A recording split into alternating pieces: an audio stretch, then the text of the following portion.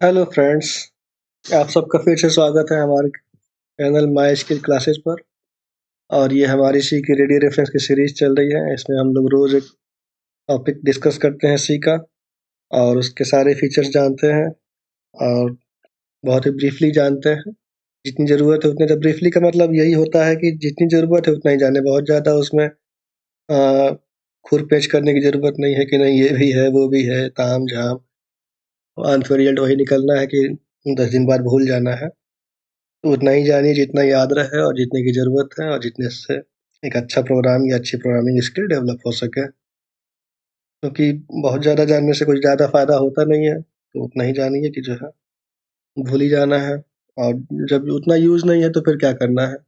आप एक ही बार system programming में तो चले नहीं जाएँगे, वहाँ जाएँगे तो फिर एक स्पेसिफ़िक उसमें चले जाएँगे तो आप अपने आप सीख जाएँगे। लेकिन जो स्टार्टिंग में है तो हमें बेसिक चीज़ें सबको कवर करना है, सारी चीज़ों के बारे में जानना है और उतना ही जानना है जितना की ज़रूरत है। इसीलिए हम लोग इसको रेडी रेफरेंस की सीरीज़ कर रहे हैं कि सब तुरंत-तुरंत याद रहे। जब भी आपको कोई प्रॉब्लम आए आप तुरंत आके इस पे रिकैप कर सकते हैं।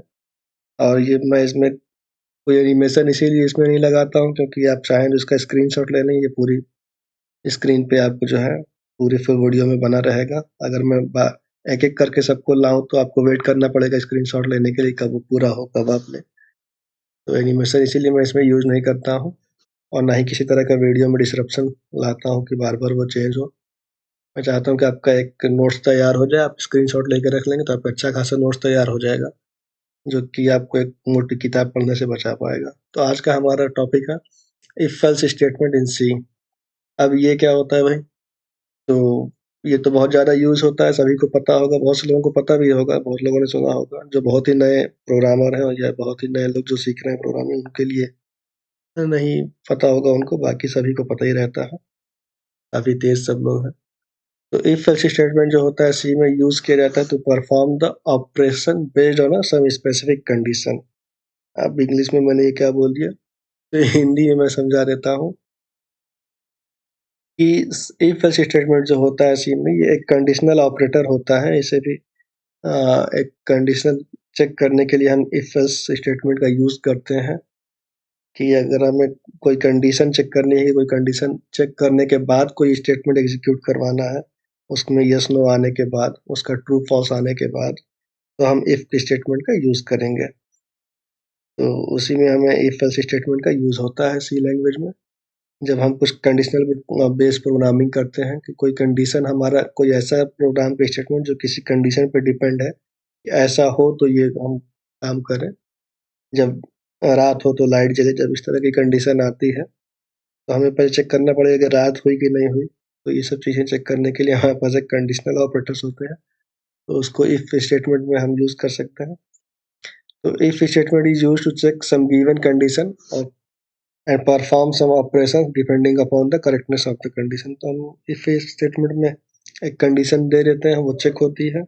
अगर वो कंडीशन ट्रू होती है तो if के ब्लॉक में जो हम लोग लिखेंगे, जो भी कोड लिखेंगे, जो भी प्रिंटफ लिखेंगे या कोई लॉजिक लिखेंगे, वो परफॉर्म हो जाएगा और वो एग्जीक्यूट हो जाएगा।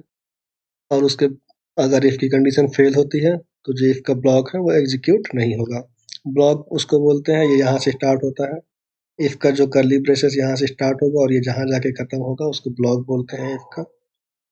और इफ सी लैंग्वेज में जो है, अगर आपको एक ही स्टेटमेंट प्रिंट करना है या एक ही स्टेटमेंट एग्जीक्यूट करना है, तब आपको ये कर्ली ब्रेसेस लगाने की ज़रूरत नहीं है। आप इफ के नीचे इसको लिख दीजिए तो एक लाइन तक जो है इफ उसको कवर करता है, एक स्टेटमेंट तक। तो उसी तरह एल्स भी जो होता है एक स्टेटमेंट तक कवर करता है। अगर आपको एक ही स्टेटमेंट से मतलब है, एक ही स्टेटमेंट आपको डिफाइन करना है, कंडीशन पे डिपेंड करना है, तो आपको कर्ली ब्रेसेस लगाने की ज़रूरत नहीं है। आप इफ लिखिए, पैरेंथेसिस के अंदर अपनी कंडीशन चेक करिए और उसके बाद अपना कोड लिख दीजिए, अगर आपका कोड एक स्टेटमेंट का है तो। अगर मल्टीपल स्टेटमेंट है, मल्टीपल लाइन है उसमें, तो आपको कर्ली ब्रेसेस यूज़ करना चाहिए। तो यहाँ पे हम लोग एक जो है एग्जांपल में जो देख रहे हैं कि नंबर को हम लोग चेक कर रहे हैं, 2 से मॉड्यूलस चेक कर रहे हैं, तो इससे हमें पता चलेगा कि जो है वो नंबर इवन है कि नहीं। मॉड्यूलस ऑपरेटर रिमाइंडर रिटर्न करता है। 2 को आप किसी गिनती को 2 से डिवाइड करेंगे तो जो रिमाइंडर आएगा उसको हम लोग 0 को इक्वल करके चेक कर ले रहे हैं। क्या रिमाइंडर 0 है कि नहीं है। अगर रिमाइंडर 0 के बराबर है, कोई रिमाइंडर नहीं बचा है, तो मतलब वो नंबर इवन है। अब जैसे 3 को डिवाइड करेंगे तो रिमाइंडर 1 आ जाएगा, वो 0 के बराबर नहीं होगा, तो वो नंबर इवन नहीं है। तो इसी तरह जो है, अगर 4 को डिवाइड करेंगे, 6 को डिवाइड करेंगे तो रिमाइंडर 0, वो नंबर इवन है। अब उसके बाद आता है इफ एल्स स्टेटमेंट। तो हम सिंगल इफ भी यूज़ कर सकते हैं अपने प्रोग्राम में। तो यहाँ पे ये होगा कि जो है, अगर वो नंबर डिवाइड हो गया जो है, पूरा 2 से रिमाइंडर कुछ नहीं आया, रिमाइंडर 0 के बराबर होगा, तो हम इवन नंबर प्रिंट कर रहे हैं। लेकिन अगर डिवाइड नहीं हुआ तो ये भी हो सकता है कि जो हमें प्रोग्राम बनाने के लिए मिला है उसमें हमें दोनों रिजल्ट बताने पड़े, कि भाई अगर वो नंबर फिर है क्या है, इवन नहीं है तो क्या है। तो इवन के लिए तो हमने एक स्टेटमेंट लिख दिया कि हाँ इवन नंबर है, अगर वो कंडीशन ट्रू है। अगर कंडीशन फेल हो गई तो उसके लिए हमारे पास आता है एल्स। उसको बोलते हैं इफ एल्स पूरा स्टेटमेंट आता है। तो इसमें क्या होता है कि हम कंडीशन ट्रू होने के लिए भी एक स्टेटमेंट लिखते हैं, और कंडीशन अगर फॉल्स हुई, फेल हो गई, तो उसके लिए भी हम एक कोड अपना लिख देंगे, जैसा कि हमने यहाँ पे लिख रखा है। तो ये पहला वाला स्टेटमेंट आपने समझ ही लिया है कि इवन नंबर ये चेक कर रहा है, पहले में ये। लेकिन अगर यहाँ पे हमने नंबर 3 इंसर्ट कर दिया, या हमने यूजर से 5 ले लिया, 7 ले लिया, जो कि 2 से पूरा डिवाइड नहीं हो रहा है, तो हमें फिर एल्स में बताना पड़ेगा ये नंबर अगर इवन नहीं है तो क्या है। एल्स में वो चीज़ें आती हैं जब ये कंडीशन फेल हो जाएगी, यहाँ पे हमारी एल्स में आएगा ये नंबर ऑड है। तो यहाँ पे हम लिख देंगे कि आपने जो नंबर इंटर किया है वो नंबर ऑड है, या %d से हम उस नंबर को प्रिंट कर देंगे नंबर में, ये नंबर इज ऑड। तो अगर कंडीशन ट्रू हुई तो क्या करना है, और फॉल्स हुई तो क्या करना है। तो ये हमारा इफ एल्स स्टेटमेंट होता है। सिंगल इफ भी बहुत जगह यूज होता है, जैसे लूप में किसी कंडीशन के बाद हमें लूप ब्रेक करना है, तो वहाँ पे हम एल्स का यूज नहीं करेंगे।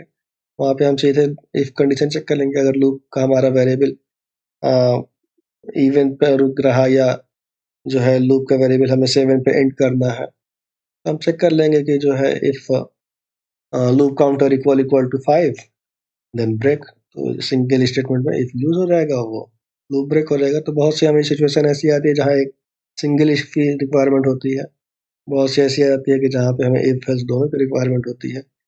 तो यही हमें पता होना चाहिए कहाँ पे क्या यूज करना। तो ज़्यादा कॉम्प्लेक्स प्रोग्राम नहीं लिखना चाहिए।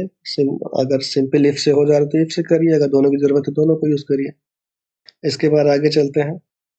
उसके बाद हमारे पास आता है इफ एल्स लैडर। लैडर मतलब सीढ़ी बन जाती है। If else if else if else, ये पूरी सीढ़ी बनती है हमारे पास।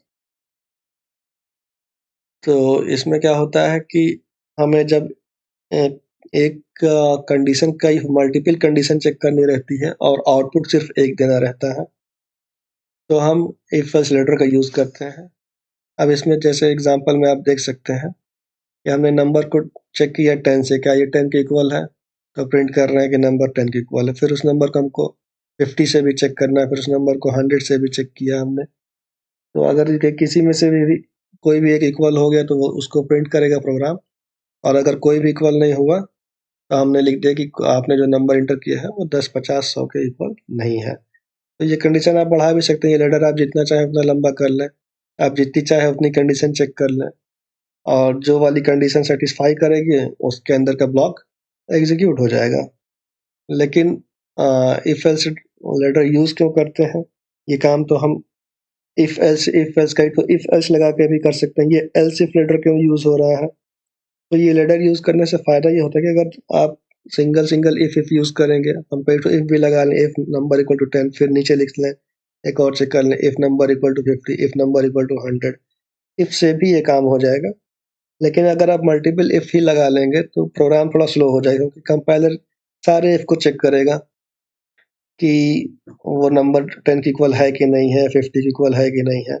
लेकिन लैडर में ये क्या होता है कि कंपाइलर जो है तभी तक सारे एक एक स्टेटमेंट को चेक करता है जब तक उसको ट्रू वैल्यू नहीं मिलती। अगर पहला वाला नंबर हमारा स्टेटमेंट कंडीशन सही हो गई, इफ नंबर इक्वल टू 10, तो फिर वो बीच के ये जितने भी स्टेटमेंट है इनको स्किप कर जाएगा। यहाँ पे उसको ये कंडीशन ट्रू मिल गई, वो समझ गया कि अब हमें इस सीढ़ी पे कहीं पैर नहीं रखना है, और वो सीधे इस लैडर से बाहर आ जाएगा।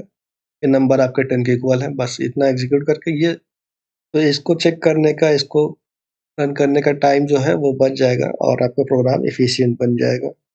और अगर पहला वाला नहीं सही हुआ तब फिर वो दूसरी कंडीशन चेक करेगा, तीसरी कंडीशन चेक करेगा।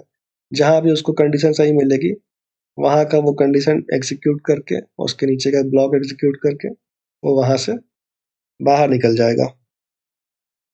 तो इसीलिए हम लोग इफ एल्स ट्रू का यूज़ करते हैं, क्योंकि ये प्रोग्राम को एफिशिएंट बनाता है इंस्टेड ऑफ हम मल्टीपल इफ यूज़ करके बैठ जाएँ और सारे कंडीशन को चेक करवाएँ बिना वजह। जब वो एक बार 10 के इक्वल हो गया तो फिर वो 50 के इक्वल हो ही नहीं सकता है। तो फिर उसको ऐसे मेहनत देने की क्या ज़रूरत है, बिना वजह की मेहनत हम प्रोसेसर पे क्यों डालें? कि तुम अब उसको भी चेक करो, उसको भी चेक करो। अगर हम मेमोरी एफिशिएंट में या कोई कमज़ोर प्रोसेसर पे काम कर रहे हैं, तो उसको इतना लोड दे देंगे तो फिर वो बैठ जाएगा। और ये नाम ही यही सब, तो इतना ही तो करना ही नहीं है, कॉम्प्लेक्स प्रोग्राम भी होते हैं। तो इसलिए एल्स इफ लेटर का यूज़ हम करते हैं कि जहाँ पे कंडीशन ट्रू हुई उतना एग्ज़ीक्यूट करके स्किप कर जाओ। तो ये हमारा इफ एल्स स्टेटमेंट था और एल्स इफ लेटर था। तो उम्मीद है ये वीडियो आपको समझ में आया होगा। तो थोड़ा लॉजिकल था, इसलिए थोड़ा मुझे ज़्यादा बताना पड़ा कि कहाँ पे क्या यूज़ करना है। मेन प्रोग्रामिंग में यही सीखना ही रहता है, सिंटैक्स तो आप सीख ही जाओगे। मेन यही सीखना रहता है कि जो है कौन सा स्टेटमेंट कहाँ यूज़ करना है, ताकि अच्छी स्किल डेवलप हो सके। तो इसी के साथ वीडियो को एंड करते हैं दोस्तों, मिलते हैं अगले वीडियो में, तब तक के लिए गुड बाय।